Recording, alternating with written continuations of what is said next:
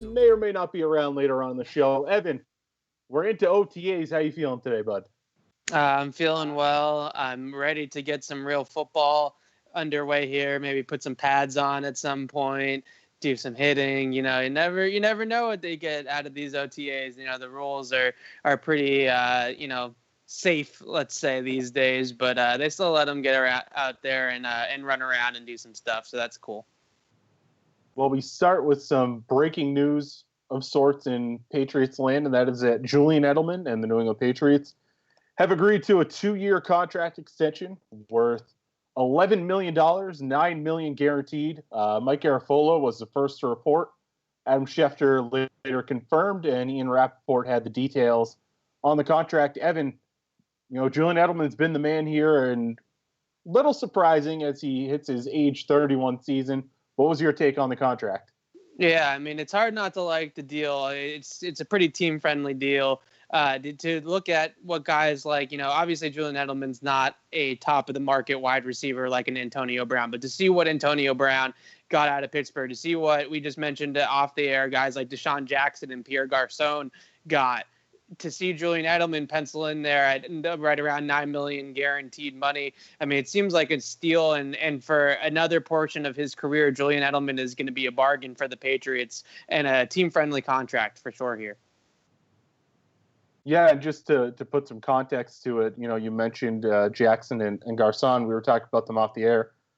Kevin Duffy had a good tweet earlier. He said 30-year-old Deshaun Jackson got $20 million in guarantees. 30-year-old Pierre Garçon got $17 million. Edelman will get about half of that to stay in New England. Again, $9 million in guarantees for Julian Edelman. The structure of the contract's not out, but you have to assume most of that is in incentives. Nobody might have been closer off the field than Brady and Welker. Sorry, Jules, I know that's going to break his heart. But on the field, I don't think Brady's ever trusted anyone more than he trusts Julian Edelman. Going over the middle, whether it be in the red zone or in the middle of the field, they just have that thing about them where Brady always knows where Edelman's going to be. Yeah, I tweeted out as soon as the news broke about the parallels between Edelman and this deal and what Wes Welker's situation was. Obviously, very different relationship. I would agree. In terms of especially Bill Belichick's relationship with the two players, right? I mean, Welker and Belichick obviously had a good foot soldier. Yeah, exactly. Edelman's the type of guy that's gonna really stay quiet and be humble and work his butt off, and that's the Patriot way, so to speak. But when you look at it, Wes Welker and Julian Edelman were set to be free agents at the exact same time of their careers. Wes Welker went to Denver at his age 32 season, which is exactly when Julian Edelman would have been a free agent at the end of this season. So to see them tack 2 years onto this deal tells me that they like Julian Edelman at this stage of his career a lot more than they liked Wes Welker at the stage of his career. Or it means, and I wanted to get your take on this, it means that Wes Welker left this little 2-year $10-11 million extension with $9 million guaranteed on the table to go see if he could get more money elsewhere on the open market or push the Patriots' hand a little bit. And looks like about how so-and-so will only play for X amount of dollars. I don't know if I'm buying it, because how could he expected he was going to be worth that? He did want that. I can report that. I can verify that. The Cowboys were almost crazy enough to give him that money, but thankfully backed out last minute. So the thing is too, even if he was kind of trying to play the Patriots and get them to come up from their offer, the Patriots had, the ace in the hole. They had Danny Amendola pretty much on call, ready to come here whenever they were ready to bring him here. So they probably heard that initial, offer, quote unquote, from Wes Welker and said, "Okay, we're good, thanks, bye." And he was kind of left, holding his thing in his hand. He didn't know what to do at that point. That's how he ended up with Denver for the lesser contract. So I think that Edelman knows, the Patriots have already let him go out and test the market once. If he does it again now at age 31, where he only really had one suitor then, what's his market going to look like now? And this was probably the money he was going to get. If you're going to be able to stay in a situation where you're one of the top 2 to 3 guys, take that same money, stay here, stay with what you know, potentially get another championship. I think it was the right move for his career. Yeah, I mean, I think it's obvious that the money for him elsewhere probably wasn't going to be there 4 years ago. It wasn't there when he was 27. Why would it be there now when he's going to be, 32, I guess, when he would sign that contract? Julian Edelman lost his opportunity to make his big money. It was his last contract. His second contract in the league was where he really could have cashed in and made some money. He decided to stay with the Patriots for a relatively team-friendly deal, and he decided to do it again. But you can't, like you said, take for granted the on-field rapport that he has with Brady, the fit in the offense that he has, the skill set that he has that the Patriots really embody in the Patriot way and all that type of stuff. Julian Edelman is a Patriot type player. He just fits in New England. And I think that he sees that if he's going to stay relevant, staying here is the best thing for him. But I also think it's interesting to see, kind of the development of Julian Edelman as a 7th-round pick, a guy that, was a converted wide receiver, punt returner, specialist, that type of guy. That's how he really made the Patriots roster to begin with. But in the last couple of years, and especially last year and the year before that, in 2015, before he tore that or broke that bone, in his foot, you saw a guy that got a lot more dynamic, a guy that could play inside and outside. One, little thing that is out there all the time that I hate as a stats guy is that Julian Edelman is only a slot receiver. Julian Edelman only plays in the slot about 46% of the time last year. Mainly, he was a 50-50 guy inside, outside, and I think a guy that defenses really had to start game planning more for and accounting for, and he was a difference maker out there, more than just a guy that was, in a high volume position in a good offense. I think that him and Welker are pretty comparable, but I would put Julian Edelman as a more dynamic player, a more bigger playmaker than a guy like a Troy Brown or a Deion Branch or something like that.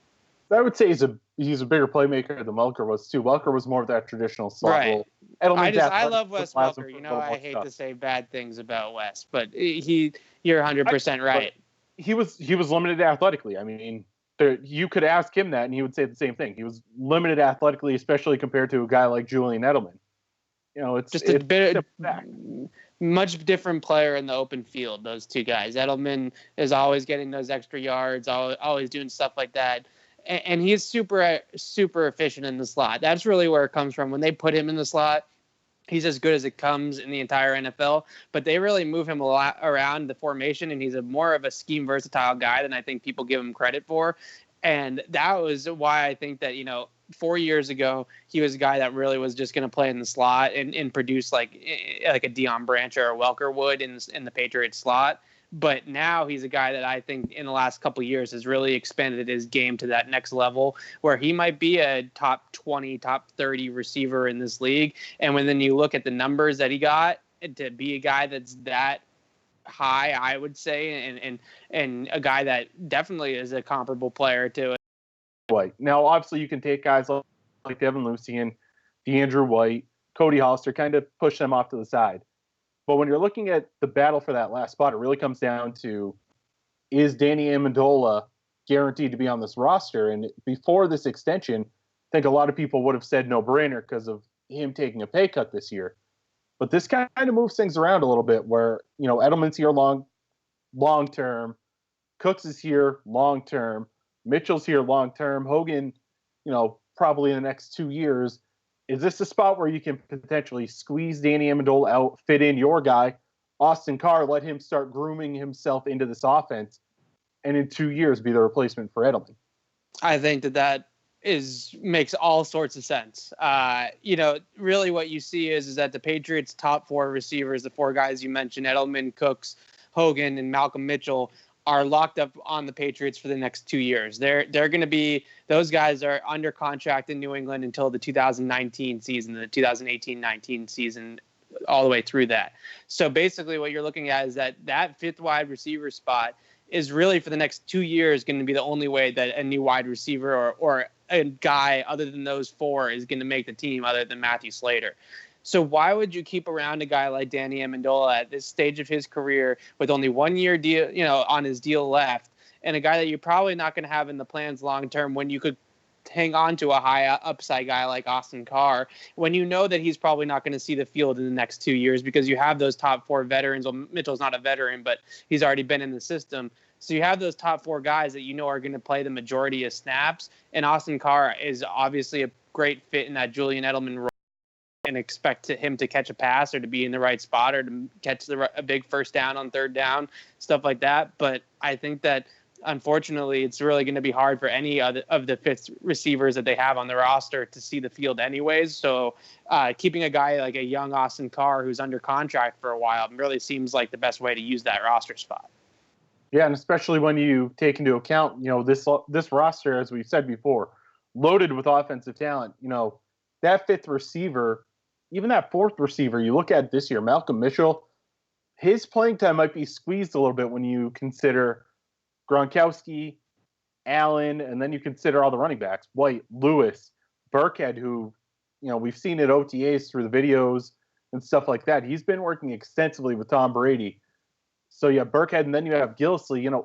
There's only so many guys you can have on the field at once. That fourth receiver position is going to be tough to see the field, let alone a number 5 receiver. So, yes, is it Amendola crazy? has been so clutch.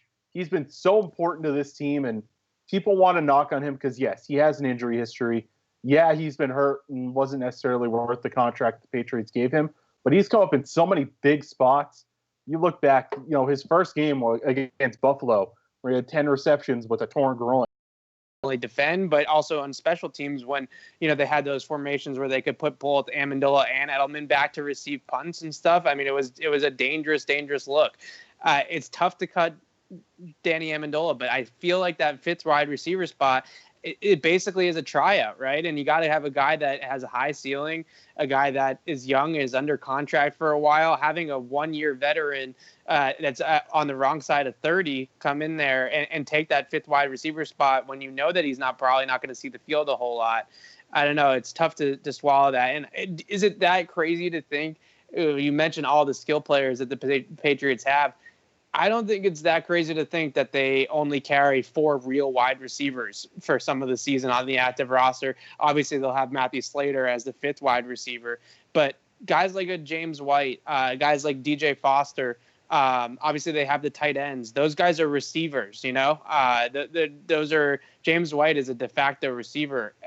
There's just not a lot of room for targets to go around. Maybe they save that roster spot. They don't carry technically 6 wide receivers with Matthew Slater being the 6th guy, and they give that spot to an offensive lineman, or they give that spot to a defensive lineman or another guy in the secondary, something like that, because that guy, I mean, we've talked about it a lot, but that guy is that 5th receiver, whether it's Amendola, Austin Carr, Hawkins, he's not going to see the field. He's just not. Even if people get hurt, they're going to go with tight ends. They're going to go with the running backs that they have. It's just going to be unlikely that guy's ever going to see the field. Right, and I mean, it makes a lot of sense to carry an extra person elsewhere, in that linebacker position maybe, where there's not a ton of depth, but there's an injury history, whether it be Roberts, Van Noy, Hightower, all these guys have injury history. So carrying another linebacker, maybe keeping, Harvey Longy and Shea McClellan, or keeping Harvey Longy and Trevor Bates, that extra linebacker spot could really be a nice spot to fill as well.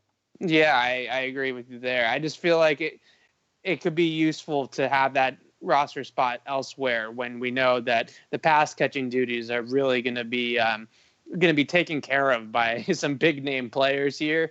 Do we really need to see, Austin Carr is a great guy that maybe they can stash and a guy that they can keep on the practice squad and, only use in an emergency. I just think it's a possibility that maybe they go that direction, but let's move on now. I wanted to talk to you about Nate Solder here, who is him and Malcolm Butler, and I guess Coney Ealy, if you want to throw him into the mix also, are the 3 main veteran free agents that the Patriots will now have now that they have signed Julian Edelman to an extension next offseason. A lot of talk at minicamp and OTAs about Nate Solder's situation, what the Patriots are going to do moving forward. He's a free agent at the end of this year. He's going to be 30, 31 years old, so he's getting up there in age. What do you think that they do with Solder? I know you kind of have a hot take on this, Matt. Yeah, I mean, it might be lukewarm for this show. It's, Walter Payton's not going undrafted and all that stuff. I think Nate Solder, this might be his last year playing football. I think that you saw Sebastian Vollmer retire early because of injuries. This isn't an injury issue, but this could be a health and quality of life issue for Nate Solder.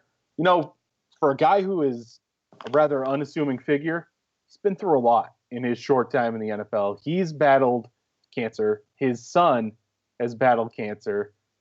He's battled the injury bug, and you know, he's not one of these guys that, you know, in my interactions with him, needs football to live. You know, there are some of those guys where you're like, if he's not playing football, what's he going to do? I don't think Nate Solder is that guy, and he's made a decent amount of money. I think Nate Solder ends up retiring at the end of this contract. There's been some smoke around it from a couple different other media outlets. I think it happens. I think he ends up retiring at the end of this contract, and that's why Tony Garcia is here. That's why a guy like Connor McDermott also here in the draft. You got to build up the reserves here where you lose Vollmer, and I think you're going to lose Solder within 2-year span. Yeah, call it a hot take if you want to. I'd say it's a little more warm, but I don't think Nate Solder is in New England past this year. Well, and Walter Payton wouldn't get drafted this, in the 2017 draft. Boy. We've gone off the rails. Oh man. Oh no. Brian Phillips. Oh man. That was a perfect drop right in there on Brian Phillips. But with Solder, it's interesting because when you look back at the Patriots' history here with Belichick, there's often talk about how, you know, the real consummate is Brady, which is definitely true. But they've been pretty, you know, consistent at left tackle also. Matt Light and Nate Solder have really been the only two left tackles that the Patriots have had start significant games during this run. Those two have combined, I pulled the numbers a while ago, I think it's close to 90% of the regular season games have been started at left tackle by either Matt Light or Nate Solder since Tom Brady was under center in 2001 for the first time. I mean, that's pretty ridiculous when you think about it. In a 15, 16-year span here, they've had two guys, you know, man Tom Brady's blind side. It's a tough job to do, and Nate Solder was a guy that they drafted early, a lot like Tony Garcia. You know, they saw the writing on the wall with Matt Light's retirement. So what you're kind of hinting at, Matt, is a similar career path, and so to speak, I would say to Matt Light for Nate Solder. You know, Matt Light retired maybe a year or two earlier than he had to, and just decided that football, you know, wasn't where he needed to be anymore, and he hung it up. But I just see that it's risky, in my opinion, and something that Belichick, I just don't see him doing with such an important position on the roster, a position that he has made sure for years that they have had, you know, taken care of, for him to hand the reins over to a second-year, third-round pick and Tony Garcia next year to be a starting left tackle to protect his 41-year-old quarterback, you know, franchise quarterback. It's a lot to ask for.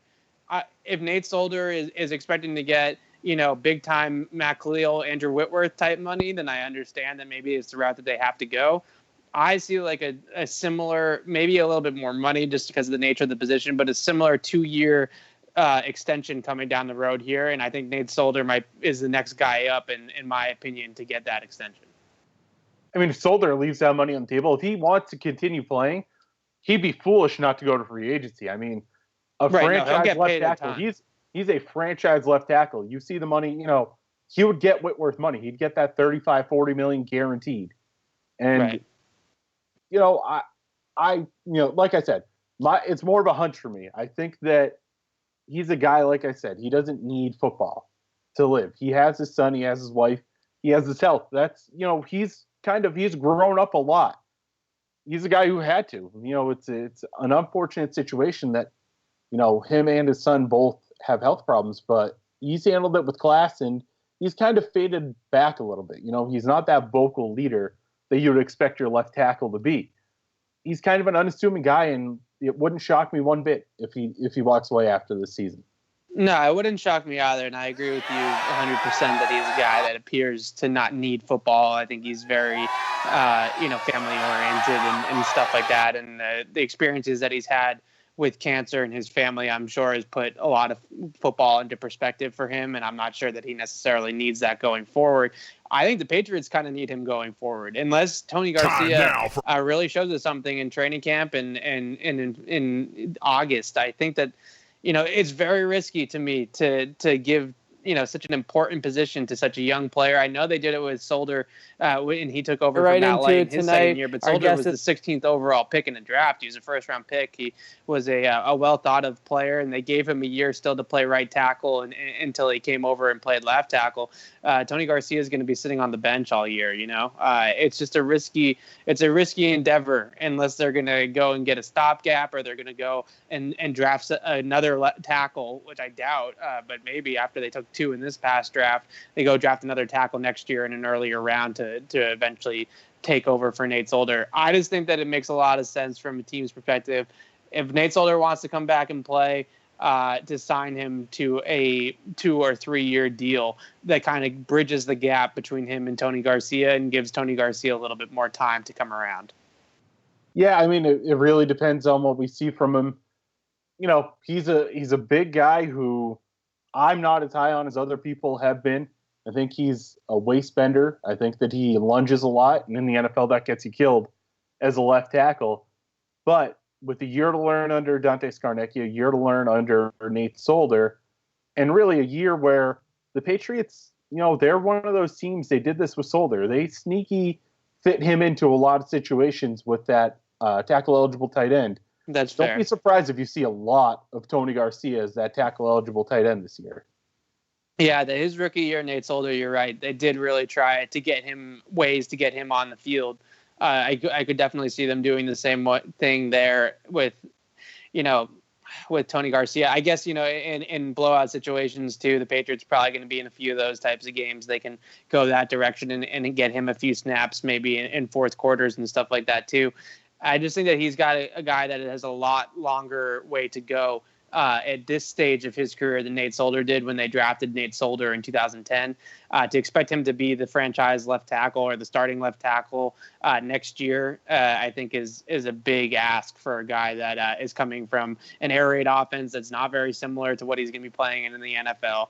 A guy that has some mechanical issues that you spoke about, some size issues in general. He's got a long way to go. He's a third-round pick. He's a developmental pick that you're looking at 2 or 3 years from now as being a starter, not necessarily a first-round pick who's, especially 16 overall like Solder was, really a plug-and-play guy.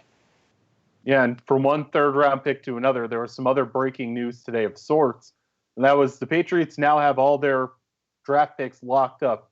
Derek Rivers signing his contract, his agent tweeting that out. Rivers signing, very similar deal to what Tony Garcia got. The numbers aren't out officially yet, but numbers aren't all that exciting with rookie third-round picks. Pretty much just slot right into where you were drafted. Evan, I know we've gone over him a lot, but when you look at what the Patriots have on their roster now, and you look at how the defense is going to be constructed, does he kind of have to step in right away and be a big-time pass rusher? Or do you think the Patriots are going to use him more of a way where they kind of situationally use him, and really you don't see a whole lot of him other than that? Well, it's interesting because when they drafted him, on one hand, I love the tape. We both do. I think we really like the player. I like the skill set. But on the other hand, it kind of didn't make a ton of sense for what the Patriots like to do in terms of pass rush. Like, he's like a guy that really is going to get upfield and like scream around the edge and have a really good first step and be quick and stuff. And the Patriots are a team that usually likes to be a little bit smarter with the way that they rush. And that kind of makes me think that maybe they have a role for him already carved out in that Rob Ninkovich type mold potentially, where he can come in and kind of do some pass rushing stuff, but also do some other stuff as a stand-up linebacker on the edge kind of. Because it confuses me to see him being a guy that is a straight get upfield type pass rusher in this defense when you see a guy like Chris Long, for example. I know it's not a perfect comparison, but he just leaves this offseason solely because it's schematically, football-wise, wasn't a great fit for him. It's not typically what the Patriots like to do, but I love the player, and I think that to answer your question, I think that situationally is where he'll be at as a rookie. Third downs, I'm sure, will be a big part of it as well. And I think that if you ask me, year one, he's more of a situational guy. Beyond that, I think that he's going to be a really tour de force for this Patriots defense. Yeah, I mean, I've been a big proponent of his. Hey, look at that. Brian Phillips. Oh, look who it is. What's up, gang? Wow, popping right in. That was pretty cool. Seamless. Sorry to interrupt. Please. No. So carry on. we're talking Derek Rivers right now, and Evan and I both big fan of his. Signed his rookie deal today, as his agent tweeted out. And I think that Evan, you're right. He's not your prototypical Patriots defensive end. He's that one gapping straight up the field type of guy. It's interesting because they brought in him, the one gap, straight up the field kind of guy. They brought in Dietrich Wise, who's more in their mold, but they brought him in later. I think that both have a role. When you look at this, when the Patriots are on the field on third down, they're a little beefier this year than they are in the past on the defensive line, where you're looking at, third down plays, you might have Vincent Valentine and Malcolm Brown on the field as your quick interior guys. So I think that third down role where you can see Wise come in, play that 3 technique, you can see Rivers come in, just scream off the edge. I think that's kind of where they both really fit well. Yeah, no, I totally agree with you there. And Brian Phillips will ask your opinion here on the contract. It's pretty basic stuff for rookies these days, and it's kind of already decided for you more or less. But what do you think, Brian Phillips? I wanted to ask you this. Not that it's that far down the road here, but what took so long here for these two guys, to come to an agreement here? Well, sometimes a lot of the times with these, we saw it last year with Jacoby Brissett too. It's kind of a weird. There's a weird zone in that third round where there's some language. I don't know the ins and outs of it, but there's some language where the slots start becoming a little murkier. It's not so slotted, and the way that the money can be distributed throughout the years it's not quite so clear cut. But hey, they got the deal done. It's great to see him in camp or mini camp. And yeah, they got everybody signed. So moving on. Yeah, it's great to see Derek Rivers finally on the field and get out there and start to do some stuff. And like me and Matt were saying, probably going to be a third down pass rush specialist as a rookie. But I really think that they have an outside linebacker type role carved out for him just based on his skill set and his body type. Brian Phillips, I also wanted to ask you quickly here about your thoughts on the Julian Edelman deal, his extension, the money figures. That's why we bring you in.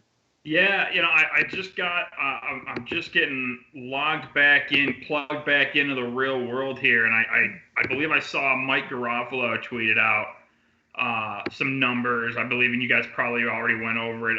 The number that's floating out there right now is $9 million in guaranteed money, 2 years, up to $11 million. Right off the bat, that tells me he's probably got a $1 million in incentives each year.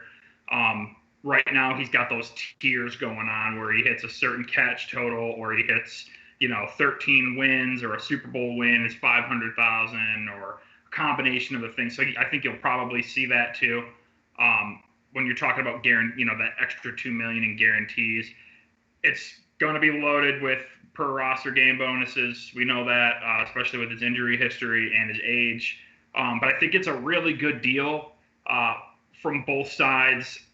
There's, of course, there's always going to be people out there saying the Patriots have ripped this guy off from day one. It's just not the case. We're going into a 2018 unrestricted free agency period next year, next offseason. It's right now on paper the deepest wide receiver class I've seen. I don't remember ever seeing one this deep from top to bottom. You've got veterans, young guys coming off their rookie deals. The guys that signed the 1-year deals this year, like Pryor and Alshon Jeffrey, Larry Fitzgerald, it's loaded. So I think it's a great deal. It gives him some cash for the next 2 years, and then we'll see where it goes. And of course, coincidentally, it ends right when Tom Brady's contract is up. Weird. Yeah, that's not a coincidence. But another question I wanted to ask you about the contracts, and we see the Patriots did this with Gronkowski as well. These kind of pay-as-you-go type deals where if you produce and you are on the field, you get paid. What kind of cap implications does that have? I mean, is that a situation where if Gronk comes out next year as a first-team All-Pro and Edelman hits all of his base incentives, is that going to put the Patriots in jeopardy in future years? Well, as far as Gronk's incentives and the way they're structured right now, anything he does this year, and as I understand it, and as it's been reported, those incentives are only affecting this year's deal. Next year's deal, the way his deal was set up, he's already going to be making some sick cash anyway. He's already going to be, the top paid tight end cash wise. But anything he does this year will only impact, next year's cap. So if he's a first team All Pro, hits all those top tier incentives and makes an extra $5.5 million, that'll come off of the 2018 cap number for the Pats. So that won't impact him. But as far as the pay as you go trend that we're seeing around the NFL, we saw the Colts do it with their signings like Jabal Sheard and company over there. And we stinks saw for the players. I mean, it has to stink. It's kind of give and take for the players when you're talking about guaranteed, because basically we all know that every contract out there pretty much right now is a 2-year and wait and see type of thing, unless it's one of the mega deals.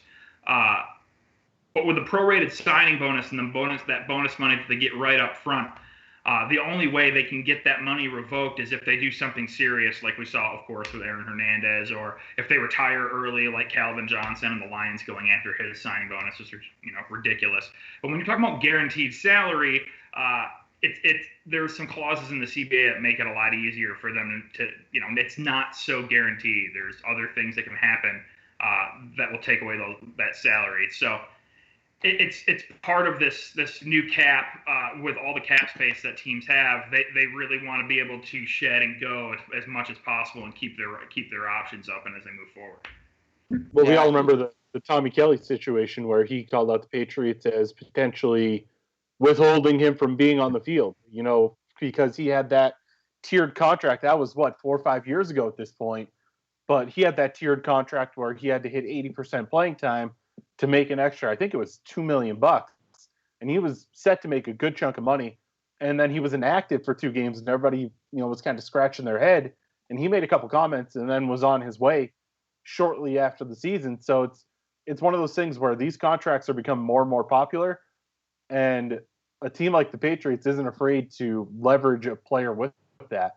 Like, oh, Jabal Sheard, you want to be a guy who speaks out, or you want to be a guy who kind of goes off and does your own thing? Guess what? We'll leave you at home. You're not going to hit your incentive. Right. And when we talk about pay as you go, I guess I was kind of combining 2 separate ways of thinking. You've got the incentives, which is as a general saying is pay as you go. But when I'm talking pay as you go, I'm talking more of the moving away from the prorated signing bonuses, signing guys for long deals for 5 years so they can prorate the signing bonus out for 5 years and not take that initial cap hit.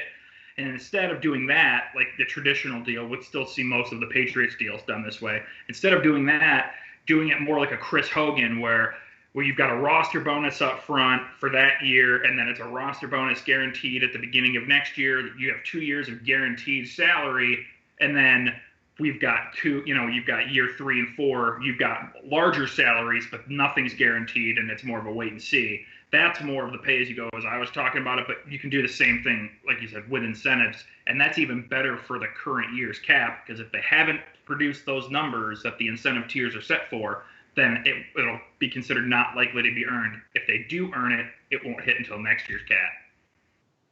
Makes sense. And that's why we bring Brian Phillips in, because this cap stuff is as confusing as it sounds most of the time. But I wanted to move on to two training camp or mini camp tropes here that are out there on the internet sphere. Dwayne Allen and Rex Burkhead, one positive and one negative. Start with Dwayne Allen, and I was talking to you guys about this earlier today. We were discussing the show, and I understand we're nitpicking here, a roster that's absolutely loaded with offensive players. Martellus Bennett in, Dwayne Allen out, or reverse that. Dwayne Allen in, Martellus Bennett out. I think that's kind of a loss. One L that the Patriots did take this offseason. I don't think that Dwayne Allen is going to produce quite at the same level as Martellus Bennett did. Am I wrong? Depending on what you're saying, you could be right, you could be wrong. I think that Allen's going to be better in the red zone than Martellus Bennett was. I think between the 20s, Martellus Bennett a much better player. He doesn't drop the ball as much. He's more elusive in the open field. So, yeah, he might have more receptions, more yards, more yak. I think that when you look at it, when it comes down to it, Allen's going to have more touchdowns. Allen's going to have a bigger impact on the overall play of the team. Yeah, it's funny that you brought up the touchdowns because that was really the direction that I was headed with this. When you look at the Patriots since 2014, which, they had Aaron Hernandez for Gronk's beginning part of his career. 2013, all the legal stuff happens with Hernandez, and they kind of lose, track of the backup tight end spot, Michael Humanawinui, or however you say his name. Manawinui. There we go, nailed it. Man. And yeah, ends up playing there for a year. Since 2014, the Patriots have kind of gone out of their way to make sure that they address that spot, whether it was the Tim Wright trade, signing Scott Chandler, Martellus Bennett trade, now the Dwayne Allen trade. Some of those things didn't work out so well, as Malapan's making faces at me. But one area where it did work out well was touchdown production from that spot. And the combination of Martellus Bennett, Scott Chandler, and Tim Wright actually slid in second right behind Gronkowski in the last 3 years in terms of touchdowns, receiving touchdowns. Gronkowski had 26 since 2014, and that tight end 2 spot accounts for 17 of the Patriots' touchdowns.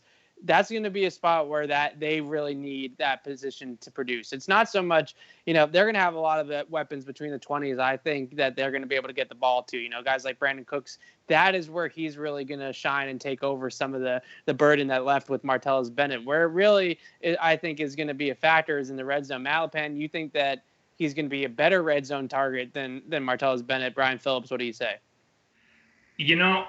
It's kind of hit or miss for me. I think it is a downgrade for Martellus Bennett. Martellus Bennett, what he did last year.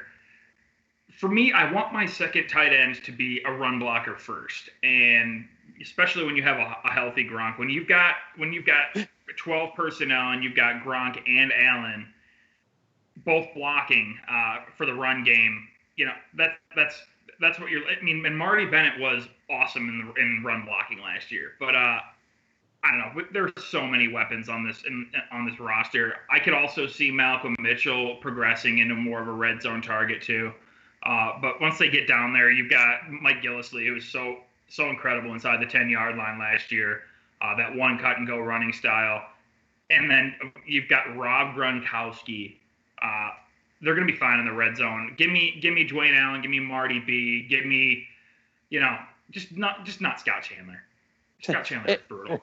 It's been, we're so nitpicking right now, right. Dwayne Allen, Martellus Bennett. But the thing is for me, and this is all coming from the fact that it sounds like very, very early on, albeit that Dwayne Allen is struggling a little bit in minicamp. Some drop passes in a couple sessions. Doesn't seem to be quite on the same page as Tom Brady right off the bat. Obviously, we know it's only June, a long way to go. But when you look at the numbers, and I tweeted them out earlier today, that tight end 2 position, whether Gronkowski is injured or not, has been a really productive spot for the Patriots when Rob Gronkowski has been on the team since he was drafted, whether it was Hernandez. Obviously, it was a big part of that.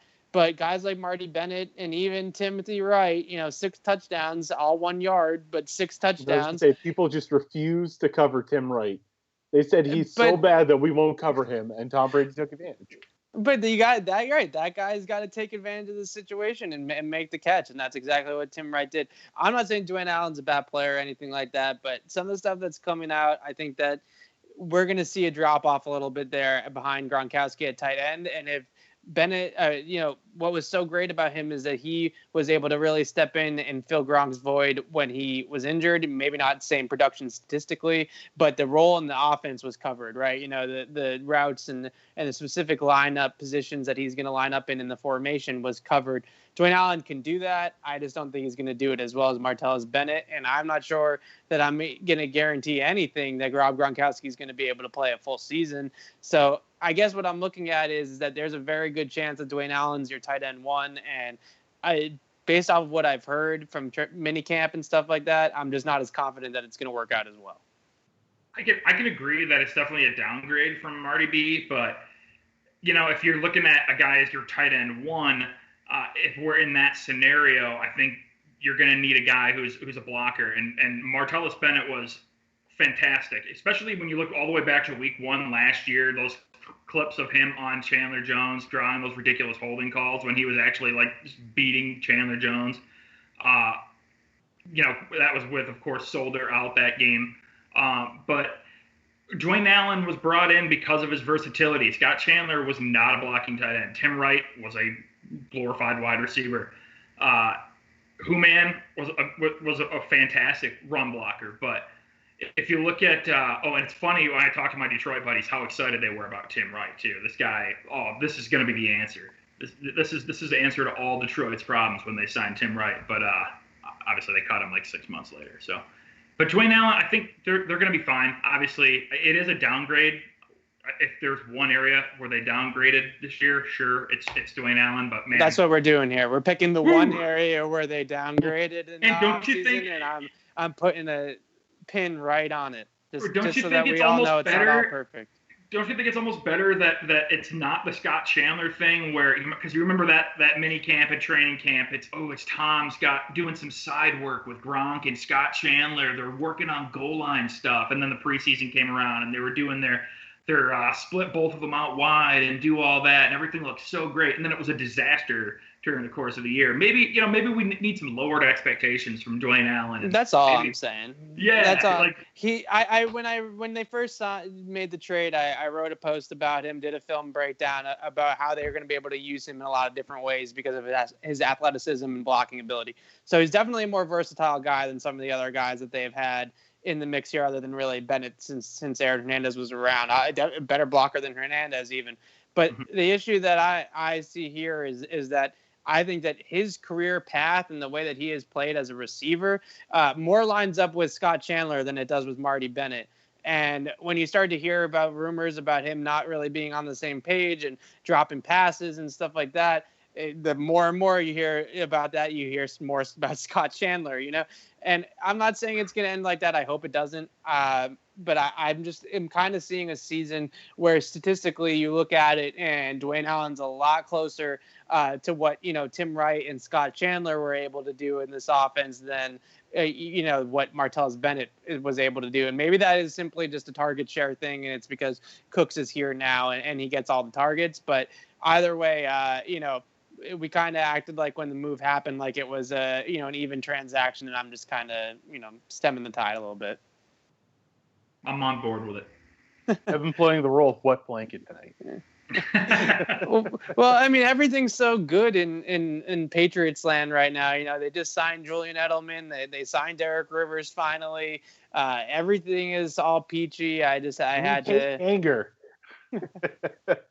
I had to be mad about something. All right, moving on to the next thing that we wanted to talk about here was a hype train that I am fully on board with, and that is the Rex Burkhead hype train, which is just out of control after Mike Reese tweeted out a short video of Burkhead catching passes and looking pretty nifty, catching passes from Tom Brady. And it looks like the Patriots have quite the role that maybe we don't know about yet, and we're going to find out in September for little old Rex Burkhead.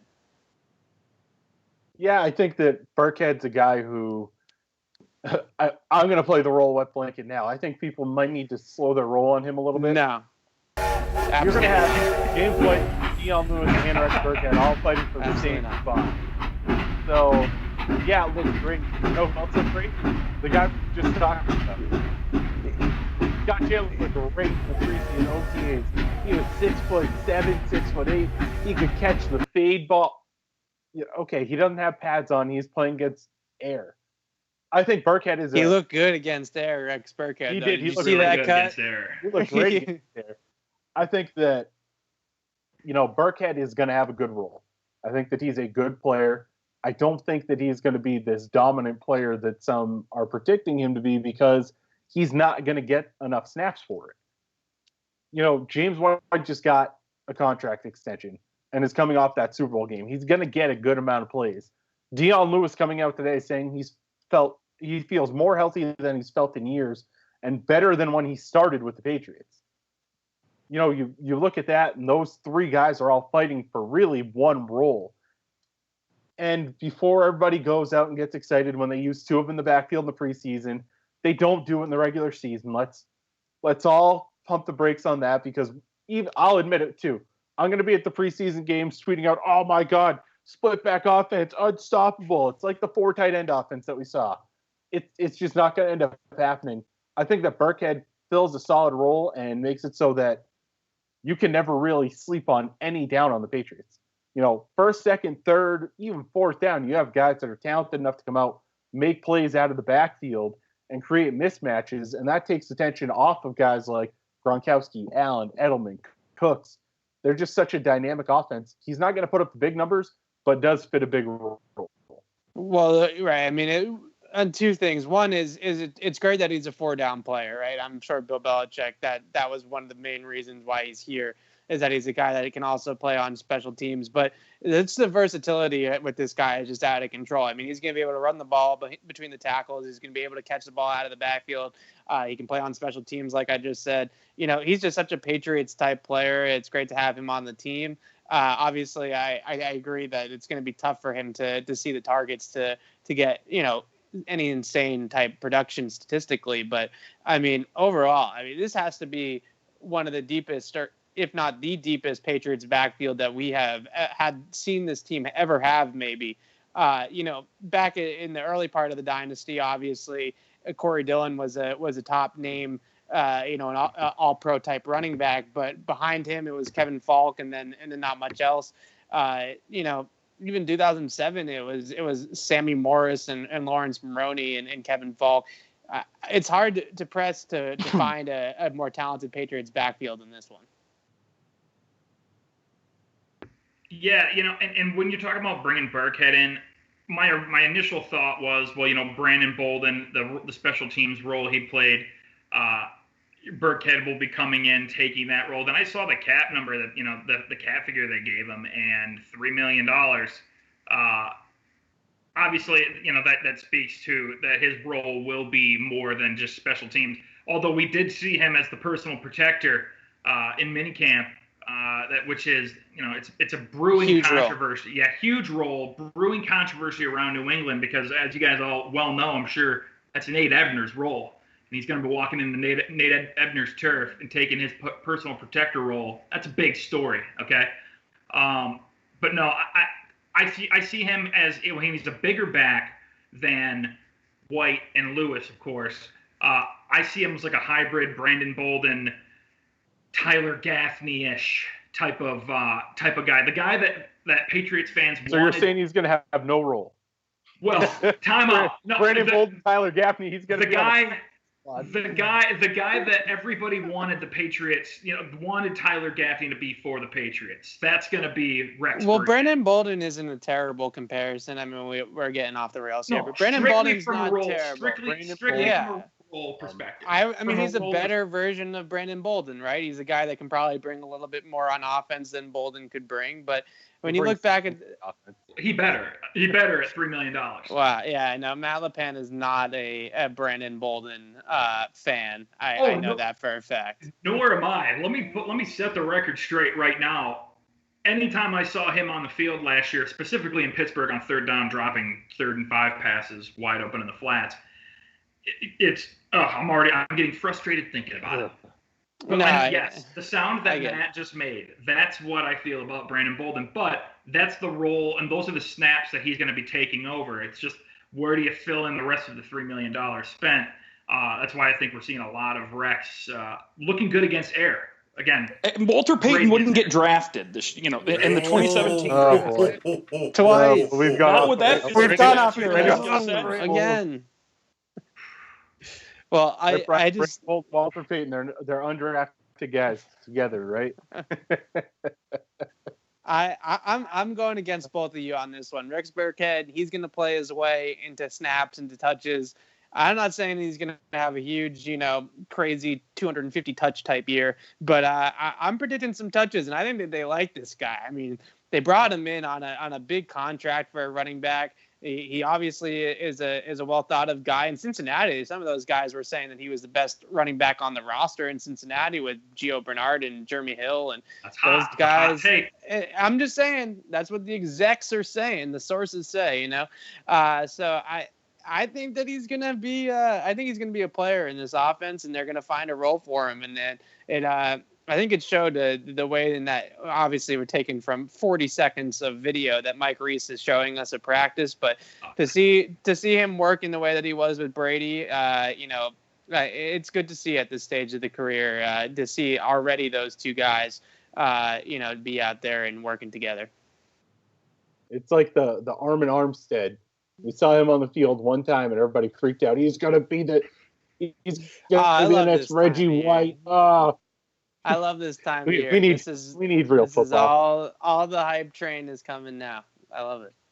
All right, so we've had breaking news, throughout the show, the Edelman stuff, the Rivers stuff, a little bit more here, and this is something to do with the show, not necessarily with the Patriots. Evan Lazar, you got some news. Take it away here, bud. Yeah, I got the screen here. Well, so unfortunately, fortunately for me, I guess I'm going to be accepting a new position in the next couple of weeks. I don't want to say where yet. I'll announce it when the time is right. But I'm going to be taking a new job, and because of that, my scheduling for my new position is going to conflict with our normal scheduling recording time for Patriot Central Radio. So very sad, unfortunate circumstances, but I'm going to have to step aside, at least for the time being, until I work out my long-term schedule. But for the time being, I'm going to hand the reins off to Matt and the two Bryans, who are in very good hands, and they're going to take you through the rest of the off season here. And I'll be around. I'll be on other podcasts. Hopefully this podcast make a few appearances. And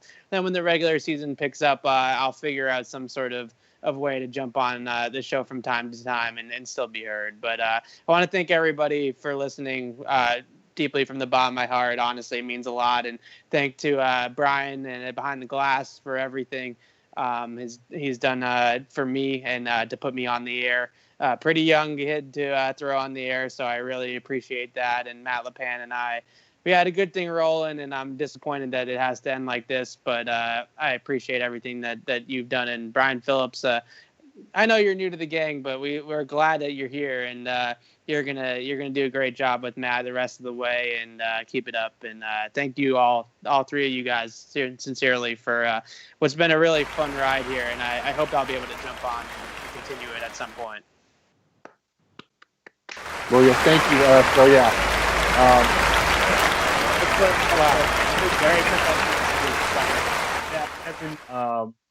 Evan, we want to thank you, bud. It's been great. You and I have been doing this.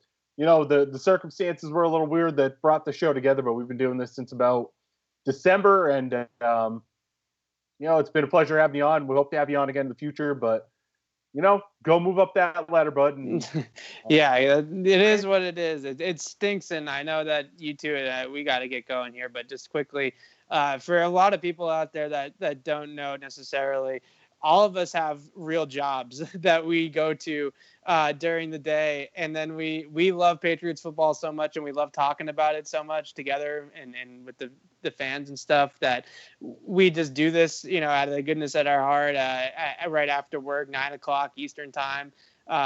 We do it, and it stinks that real life has to get in the way here and take me out of it. But it's awesome that we still have allotted so much time to this, and just remember, when you hear us on the air or whatnot, or read people on Twitter and stuff, a lot of those people are working two jobs essentially to do this and to do the work that they do, and I commend everybody that does it. Well, Evan, again, thank you and good luck with everything. Brian Phillips, get those hot takes ready. We got to fill some time here. For this week, want to thank Evan, want to thank Brian, want to thank Brian Harrington behind the glass. I'm Matt LePan, and we'll be with you next week on Patriot Central Radio.